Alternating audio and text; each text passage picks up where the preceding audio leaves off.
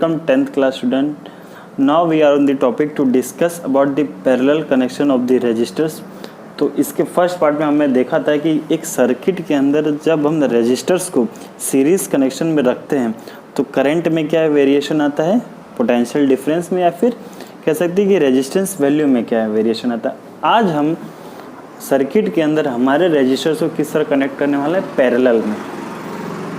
ठीक है, तो हम स्टार्ट करते हैं कि पैरेलल कनेक्शन में जब सर्किट के अंदर पुट करते हैं रेजिस्टर्स तो क्या उनके अंदर वेरिएबल आता है। मान लीजिए ये हमारे कुछ सर्किट है जिसके अंदर हमने 3 रेजिस्टर्स लिया हुआ है और एज ए पैरेलल उनको कनेक्ट किया गया है।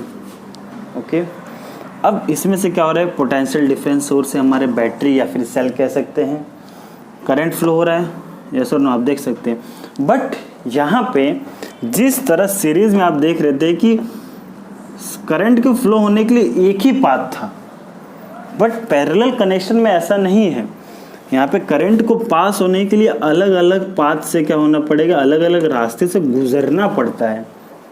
इसीलिए करंट यहाँ पे क्या हो जाते हैं, बट जाते हैं, डिवाइड हो जाते हैं, बट इनडायरेक्टली उनका सम इक्विवेलेंट होता है। यानी कि आप लिखेंगे तो आई पैरेलल में उनका I1 plus I2 plus I3 होने वाला ही है, बट यहाँ पे डिवाइड होंगे बिकॉज अलग अलग रजिस्टर्स को उनके पास जाना है। तो आप देख रहे हैं कि I अपना करंट है, यहाँ से क्या हो रहा है, डिवाइड हो गया I1, I2 और I3। ठीक है, अब यहाँ तक बात क्लियर होगी कि हमने ये होने वाला है। बट यहाँ पे एक और फैक्टर है कि यहाँ पे पोटेंशियल डिफरेंस सोर्स क्या रहने वाला है, कांस्टेंट रहने वाला है हर एक रजिस्टर से। ठीक है, अब हम यूज़ करेंगे यहाँ पे अपना according to the Ohm's law. आपको पता है कि ओम्स लॉ क्या होता है, किसी भी सर्किट में अगर करंट फ्लो हो रहा है तो डिपेंड करता है कि उसके अंदर पोटेंशियल डिफरेंस कितना है। ठीक है, डायरेक्ट प्रोपोर्शन होता है कि कितना, कि जितना ज़्यादा आपको पोटेंशियल डिफरेंस उतना ज़्यादा क्या हो, करंट फ्लो होने वाला है, उतने एम्पियर का फ्लो होगा। तो यहाँ पे हम अब यूज़ करने वाले हैं हमारे ओम्स लॉ। तो आप ओम्स लॉ आपने पढ़ा है कि V इक्वल्स टू क्या होता है, IR। ठीक है, आपके R क्या है, कांस्टेंट टर्म है। तो हमने पैरेलल कनेक्शन के लिए क्या किया, यहाँ पे सब्जेक्ट I को बनाया, तो I के बराबर रेजिस्टेंस यहाँ पे क्या मल्टीप्लाई में, तो यहाँ पे क्या गया डिवाइड में, तो IP equals to V upon R।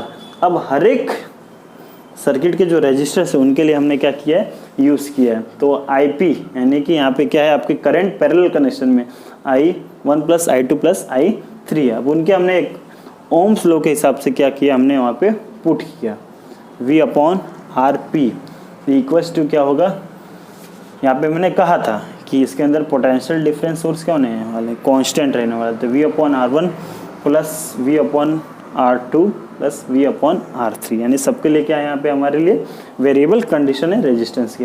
अब आप देख सकते हैं कि सब में V है, तो हम क्या कर सकते हैं, कॉमन निकालें, यस और नो, ऊपर 1 रखें, बिकॉज मल्टीप्लाई करेंगे तो फिर से वही हो जाएंगे V। अब यहाँ पे था, अब मैंने क्या किया, यहाँ पे मैंने क्या किया, कॉमन निकाला, जस्ट उसको डिवाइड में ले गया, नीचे डिवाइड में ले गया तो ऊपर हमारे इससे क्या हो गए, इक्विवेलेंट के साथ कट हुए। तो रिजल्टेंट क्या बचा, 1 अपॉन RP। अब देख सकते हैं यहाँ पे 1 upon RP equals to 1 upon R1 plus 1 upon R2 plus 1 upon R3। यानी कि पैरेलल कनेक्शन में रेसिप्रोकल होता है, क्या होता है, रेसिप्रोकल होता है हमारे रेजिस्टेंस के। ठीक है, तो I upon RP equals to R1 plus 1 upon R2 plus 1 upon R3 होते हैं। यानी कि यहाँ पे पैरेलल कनेक्शन में हमारे रेसिप्रोकल होंगे रेजिस्टेंस के।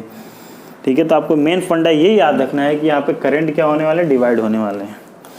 इसका एक बेनिफिशियल पॉइंट ये है कि कभी भी सर्किट में एक रेजिस्टेंस ऑफ हुआ या फिर पहला रजिस्टर ऑफ हुआ तो दूसरा चालू रह सकता है।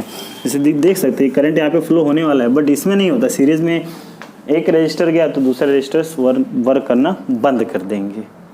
ओके, तो ये बात होगी कि हमारे पैरेलल कनेक्शन को जब, यानी कि रजिस्टर को हम पैरेलल कनेक्शन में क्या करेंगे, कनेक्ट करेंगे, तो ये चेंज आने वाले हैं। तो ये इक्वेशन आपके एग्जाम में आ सकते हैं प्रूफ करने के लिए। तो ये बात हो गई कि पैरेलल कनेक्शन की।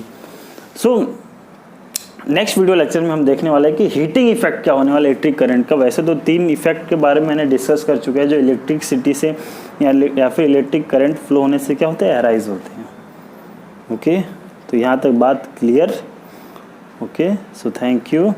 और एक गुजारिश है कि आपको कुछ नॉलेज मिल रहा है इस चैनल से तो प्लीज़ लाइक कीजिए, सब्सक्राइब कीजिए और कमेंट कीजिए, बिकॉज वो हमें अप्रिशिएट करेगा कि हम और वीडियो बनाएं। So thank you.